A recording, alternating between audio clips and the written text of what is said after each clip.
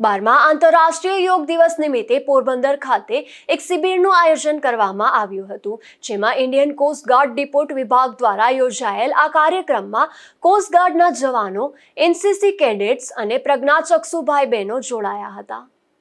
વિશ્વ યોગ દિવસની ઉજવણીના ભાગરૂપે પોરબંદરના તાજાવાલા હોલ ખાતે ઇન્ડિયન કોસ્ટ ગાર્ડ ડિપોર્ટ દ્વારા યોગ ફોર હેલ્ધી એજિંગ થીમ આધારિત યોગ પ્રોટોકોલ શિબિરનું આયોજન કરવામાં આવ્યું હતું. વડાપ્રધાન નરેન્દ્રભાઈ મોદીના પ્રયાસોથી યોગને વૈશ્વિક માન્યતા મળ્યા બાદ દર વર્ષે 21 જૂનના રોજ આંતરરાષ્ટ્રીય યોગ દિવસની ઉજવણી કરવામાં આવે છે, જેમાં ગુજરાત રાજ્ય યોગ બોર્ડના માર્ગદર્શન હેઠળ સમગ્ર રાજ્યમાં યોગ પ્રત્યે જાગૃતિ ફેલાવવા વિવિધ કાર્યક્રમો યોજાઈ રહ્યા છે. તે જ અનુસંધાને પોરબંદરમાં યોજાયેલા આ કાર્યક્રમમાં ઇન્ડિયન કોસ્ટ ગાર્ડના જવાનો, એનસીસી કેડેટ્સ તેમજ પ્રજ્ઞાચક્ષુ ભાઈ બહેનો માટે યોગ પ્રોટોકોલ સત્રનું આયોજન કરવામાં આવ્યું હતું.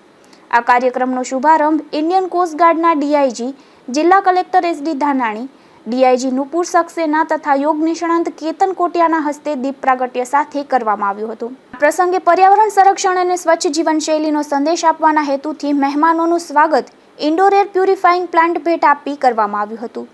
યોગના પ્રાયોગિક સત્રમાં યોગ નિષ્ણાંત કેતન કોટિયા અને યોગ ફિટનેસ ટ્રેનર નિશા કોટિયા તથા અંજલિ ગાંધરોકિયાએ વિવિધ યોગાસનો અને પ્રાણાયામ અંગે માર્ગદર્શન આપ્યું હતું. નિપુલ પોપટ સાથે અશોક થાનકી, ગુજરાત ન્યૂઝ, પોરબંદર.